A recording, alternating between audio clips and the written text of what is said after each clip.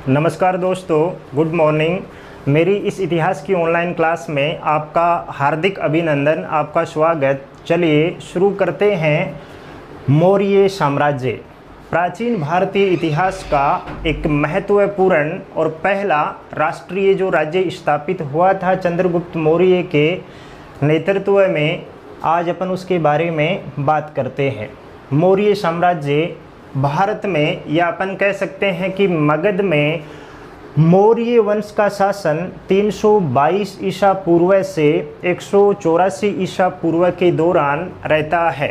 और इस दौरान हमें मौर्य वंश में एक से बढ़ के एक कई महत्वपूर्ण शासक हैं वो देखने को मिलते हैं। पीछे का जो अपना टॉपिक था, पीछे का अपना जो वीडियो था, उसमें अपन ने देखा था मगध का उत्कर्ष, और वहाँ पे अंतिम जो शासक है उसके बारे में अपन ने पढ़ा था नंद वंश का धनानंद, या नंद वंश का शासक घनानंद।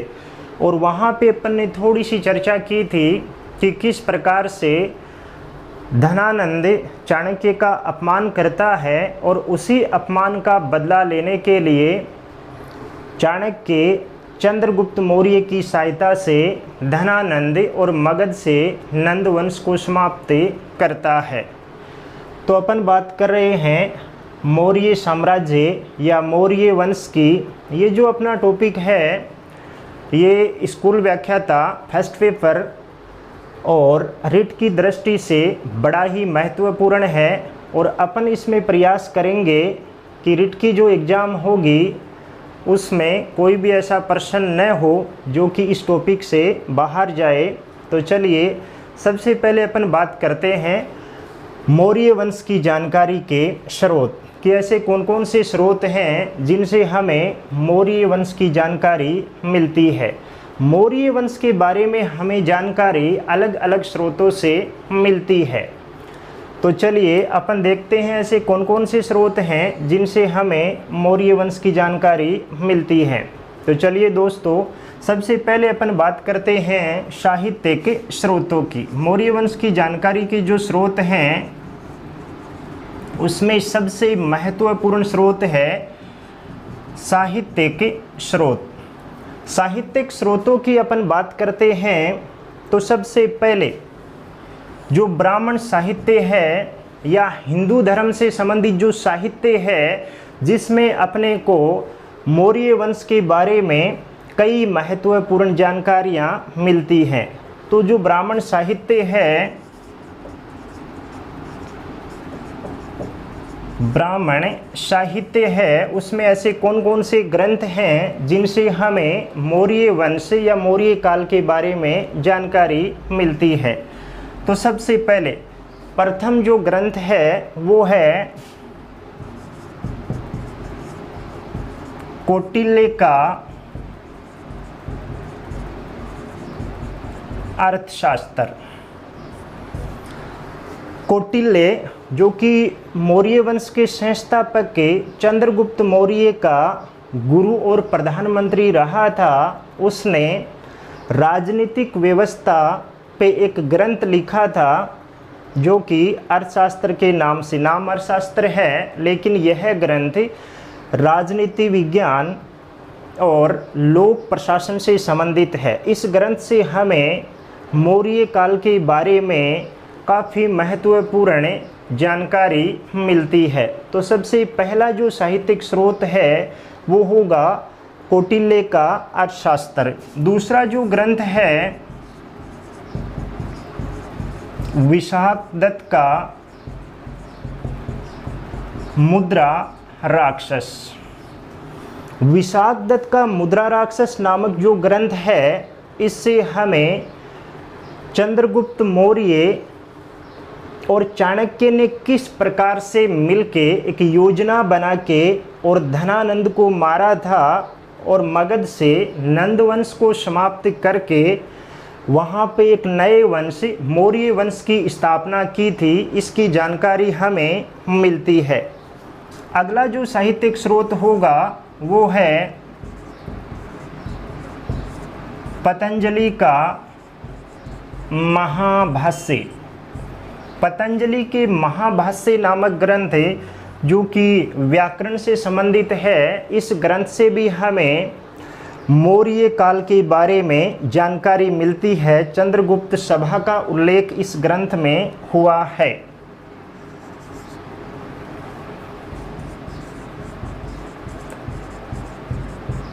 पुराणों की अपन बात करते हैं तो विष्णु पुराण में भी हमें मौर्य वंश के बारे में जानकारी मिलती है। तो विष्णु पुराण भी मौर्य वंश की जानकारी का एक महत्वपूर्ण स्रोत है। इसके अलावा अपन बात करते हैं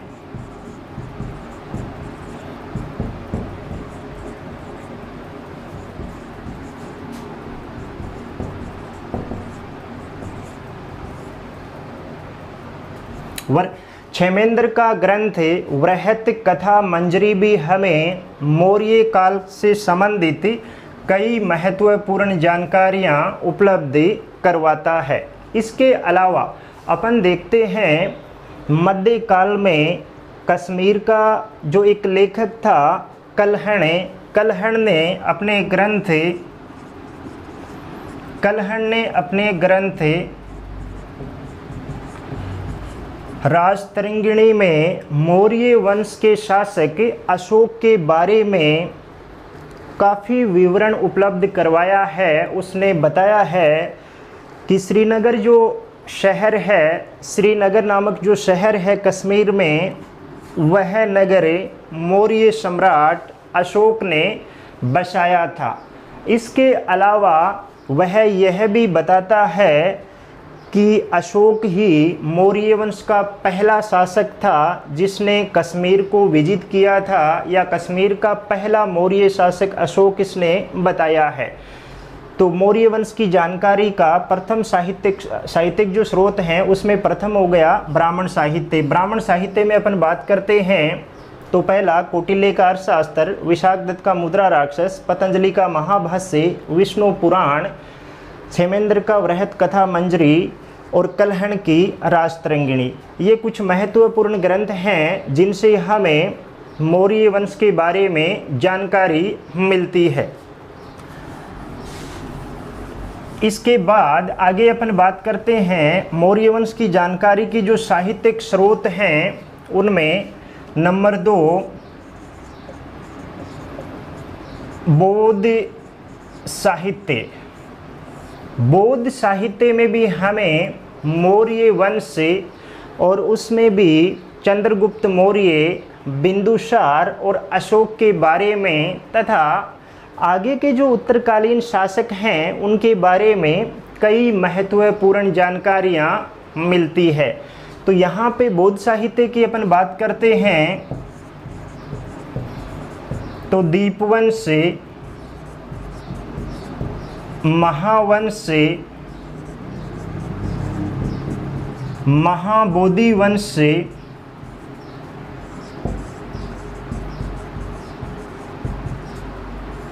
दीर्घ निकाय, ये 4 ऐसे ग्रंथ हैं जिनसे हमें मौर्य वंश के बारे में जानकारी मिलती है। तो बौद्ध साहित्य की अपन बात करते हैं तो ये 4 ग्रंथ हैं जो कि हमें मौर्य वंश के बारे में जानकारी उपलब्ध करवाते हैं।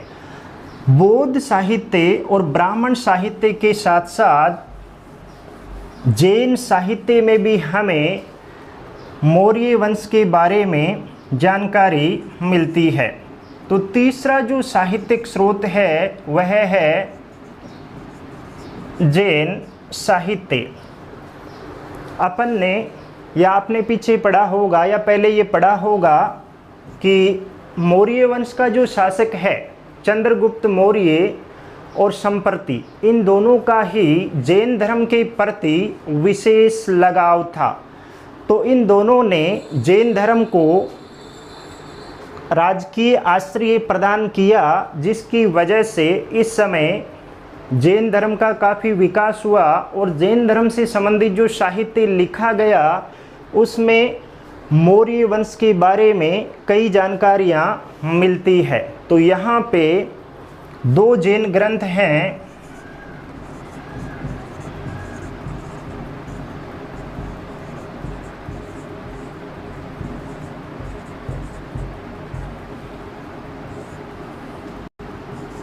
हेमचंद्र का परिशिष्ट पर्व और बद्रबाहु का कल्पसूत्र। बद्रबाहु ने जो कल्पसूत्र नामक ग्रंथ लिखा था या हेमचंद्र ने परिशिष्ट पर्व नामक जो ग्रंथ लिखा था, इन दोनों ग्रंथों में भी हमें मौर्य काल के बारे में व्यापक जानकारी मिलती है। बद्रबाहु जो कि अपन कह सकते हैं चंद्रगुप्त मौर्य के धार्मिक गुरु थे, इन्हीं के प्रभाव में आके चंद्रगुप्त मौर्य दक्षिण भारत में कर्नाटक के सवर्ण बेलगोला नामक स्थान पे जाते हैं और वहीं पे सलेखना पद्धति से अपने प्राण त्यागते हैं। तो बद्रबाहु ने जो ग्रंथ लिखा कल्पसूत्र, उसमें भी हमें चंद्रगुप्त मौर्य के बारे में जानकारी मिलती है। इन सभी साहित्यिक स्रोतों में मौर्य वंश के शासकों के साथ साथ उस काल का जो समाज है, उस समय की जो संस्कृति है, उस समय की विभिन्न जो कलाएं हैं, उन सब के बारे में भी जानकारी हमें मिलती है। इसके बाद अपन बात करते हैं, नंबर 1 हो गया साहित्यिक स्रोत और नंबर 2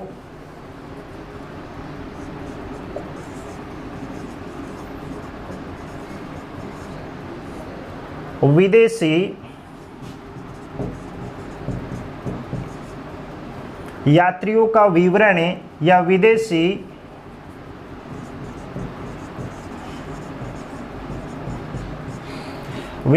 साहित्यकारों के विवरणों से भी हमें मौर्य वंश के बारे में जानकारी मिलती है।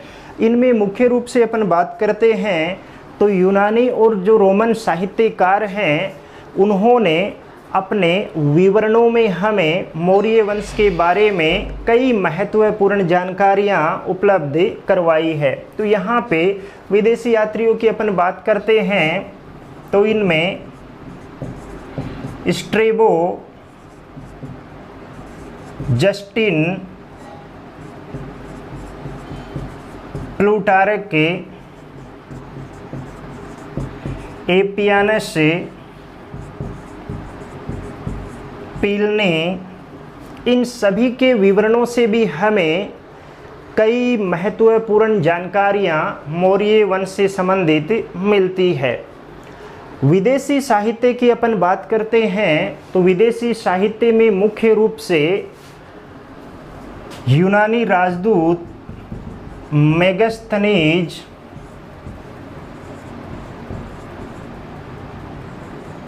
की जो पुस्तक है इंडिका, वह सबसे महत्वपूर्ण ग्रंथ माना जाता है मौर्य वंश की जानकारी से संबंधित।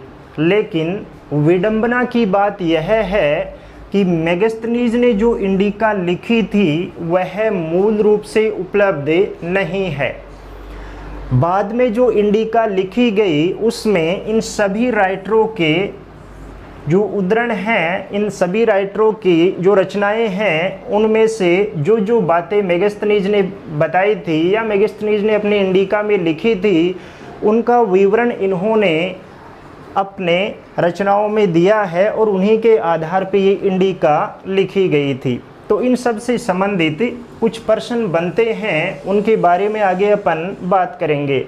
यहाँ से सीधा प्रश्न नहीं आता है एक मेगास्थनीज को छोड़ के, यहाँ से इनके जो कथन हैं, कथनों से संबंधित प्रश्न हैं, वो पूछे जाते हैं। इसके बाद अपन बात करते हैं मौर्य वंश की जानकारी का तीसरा जो स्रोत है वो है पुरातात्विक स्रोत, यानी मौर्य काल के पुराने जो अवशेष हैं जिनसे हमें मौर्य वंश के बारे में या मौर्य साम्राज्य के बारे में जानकारी मिलती है। पुरातात्विक जो स्रोत हैं वो हमें मौर्य वंश से पहले के अधिक नहीं मिलते हैं, लेकिन मौर्य काल के बहुत सारे अवशेष हमें मिले हैं जिनसे हमें मौर्य वंश के बारे में जानकारी मिलती है।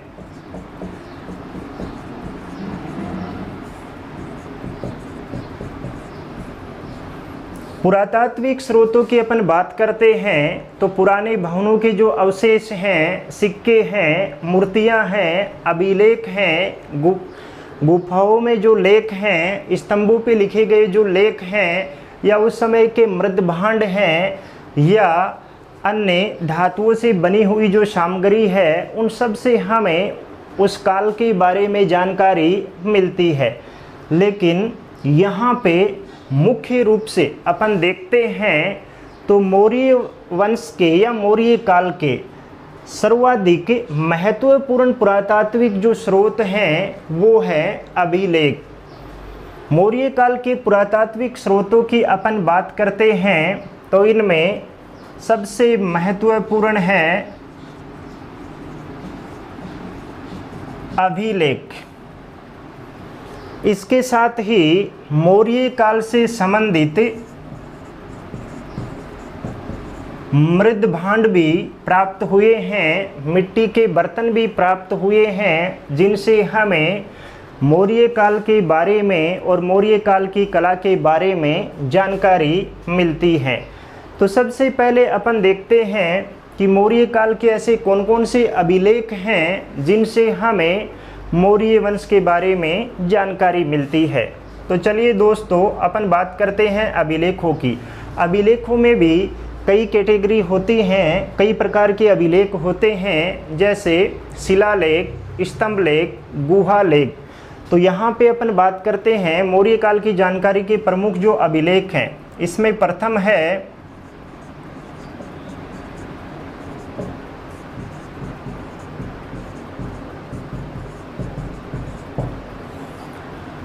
सहोग्रा ताम्रपत्र लेख।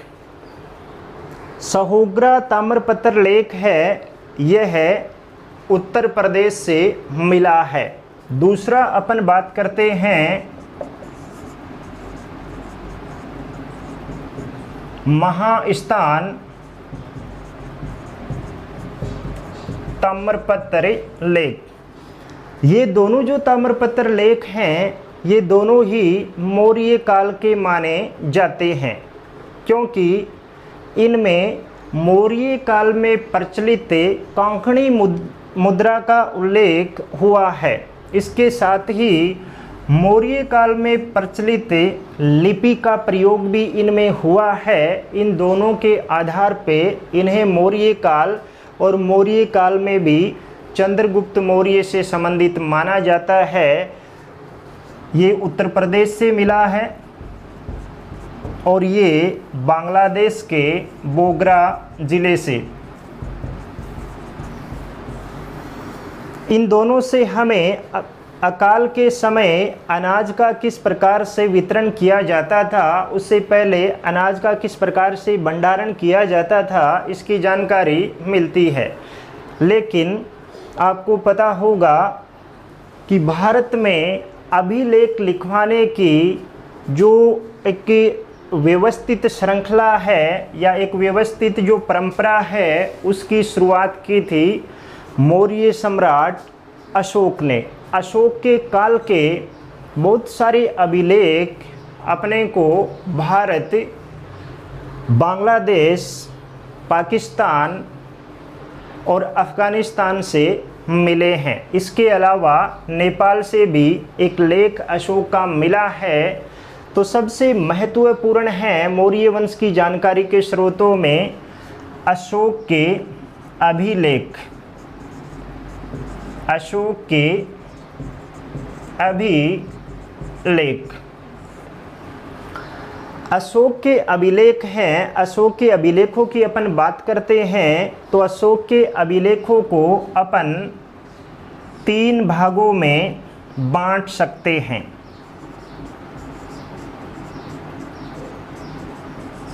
शिलालेख, स्तंभलेख और तीसरा गुहालेख। अशोक के जो अभिलेख हैं, इनसे संबंधित प्रश्न एग्जाम में कई बार पूछे जाते हैं। मौर्य वंश में सर्वाधिक जो प्रश्न आते हैं या सर्वाधिक जो प्रश्न पूछे जाते हैं, इसी टॉपिक से पूछे जाते हैं। तो अशोक के जो अभिलेख हैं उन्हें 3 पार्टों में अपन विभाजित कर सकते हैं, 3 पार्टों में अपन विभाजित करते हैं। सबसे पहले शिलालेख, शिलालेख भी फिर आगे अपन इनके बारे में पढ़ेंगे, एक लघु शिलालेख और एक मुख्य शिलालेख। स्तंभ लेख भी 2 प्रकार के मिले हैं, एक मुख्य स्तंभ लेख और दूसरा लघु स्तंभ लेख। इसके अलावा मौर्य काल की कुछ गुफाएं भी हमें मिली हैं, जिसमें हमें मौर्य काल के बारे में जानकारी मिलती है। इन गुफाओं से कुछ अभिलेख मिले हैं, वे अभिलेख हमें मौर्य वंश के बारे में जानकारी उपलब्ध करवाते हैं। तो यहाँ पे आपको सर्वाधिक ध्यान देना है, मौर्य काल में सर्वाधिक टफ अगर कोई पार्ट है तो वह है अशोक के अभिलेख। अशोक के अभिलेख, इनको थोड़ा सा आपको समझना है।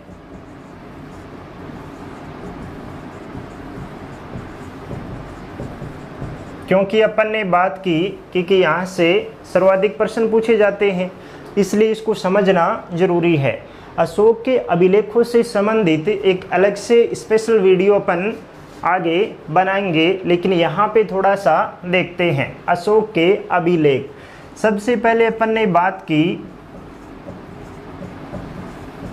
शिलालेख। तो अशोक के जो शिलालेख हैं, शिलालेखों की संख्या 14 है और ये हमें 8 स्थानों से मिले हैं। शिलालेखों की संख्या कितनी है? 14, और कितने स्थानों से मिले हैं? 8 स्थान। जैसे अपन देख रहे हैं कि ये शिलालेख है, इस शिलालेख में या ये जो शिला है इस पे 14 बातें या अशोक ने अपने 14 आदेश अंकित करवा दिए, जैसे 1, 2, 3, 4, 5, 6 और 14। फिर यही सेम जो बातें हैं वो उसने 8 अलग अलग स्थानों पे लिखवाई हैं। यानी अपन अभी वर्तमान में देखते हैं कि एक पेज पे अपन ने कुछ लिख लिया और फिर उसकी जेरोक्स फोटोकॉपी, अपन बोलते हैं फोटोकॉपी करवा ली, तो ये मानो कि ये क्या है? फोटोकॉपी है। थोड़ा सा इसमें अंतर है कि कुछ जो अंतिम इसके लेख हैं उनमें थोड़ा बहुत फर्क है, या कुछ में कम है कुछ में ज़्यादा है, लेकिन अधिकतम जो संख्या है वो 14 है। इसलिए अशोक की जो शिलालेख हैं, मुख्य शिलालेख, उनकी संख्या कितनी मानी जाती है? 14 मानी जाती है। ये जो 14 शिलालेख हैं, ये 6 तो भारत से मिले हैं और 2 पाकिस्तान से मिले हैं। तो इनके बारे में अलग से आगे अपन वीडियो बनाएंगे, क्योंकि यहाँ पे अगर अपन विस्तार से पढ़ेंगे तो काफ़ी लंबा ये पार्ट हो जाएगा और पूरा हो भी नहीं पाएगा, इसलिए अलग से एक वीडियो बनाएंगे। इसके बाद अपन बात करते हैं अशोक के मुख्य जो शिलालेख हैं 14, इनके अलावा कुछ लघु शिलालेख भी मिले हैं और वर्तमान में भी शोध चल रहा है, नए नए जो लेख हैं वो मिले हैं। तो ये अभी क्या है, इनकी संख्या निश्चित नहीं है, बढ़ते जा रहे हैं। इनसे हमें मौर्य काल और अशोक के बारे में अलग अलग जानकारियाँ मिलती हैं। शिलालेखों के बाद अपन बात करते हैं स्तंभ लेख। स्तंभ लेख हैं, ये भी हमें 2 प्रकार के मिले हैं, एक मुख्य स्तंभ लेख और दूसरे लघु स्तंभ लेख। तो ज़्यादा महत्वपूर्ण है अशोक के मुख्य जो स्तंभ लेख हैं। मुख्य जो स्तंभ लेख हैं इनकी संख्या है दोस्तों 7, और ये हमें भारत के अलग अलग भागों से मिले हैं। कितने स्थानों से मिले हैं? 6 स्थानों से ये मिले हैं। स्तंभ लेखों की संख्या 7 है और कितने स्थानों से मिले हैं? 6 स्थानों से ये मिले हैं, जिनमें अपन देखते हैं आगे इनके बारे में अपन बात करेंगे कि 2 दिल्ली से मिले हैं, 3 बिहार से मिले हैं, 1 उत्तर प्रदेश से मिला है। तो इन सब के बारे में अपन आगे बात करेंगे। इसके अलावा कुछ लघु स्तंभ लेख भी मिले हैं, जिनमें रुमेनदई जो नेपाल से मिला है और भारत के भिन्न भिन्न हिस्सों से मिले हैं। तीसरा है गुहा लेख।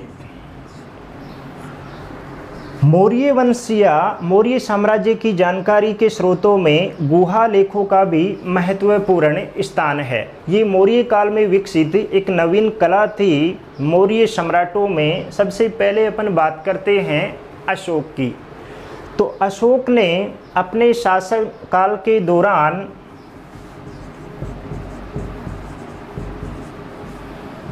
बाराबार की जो पहाड़ियाँ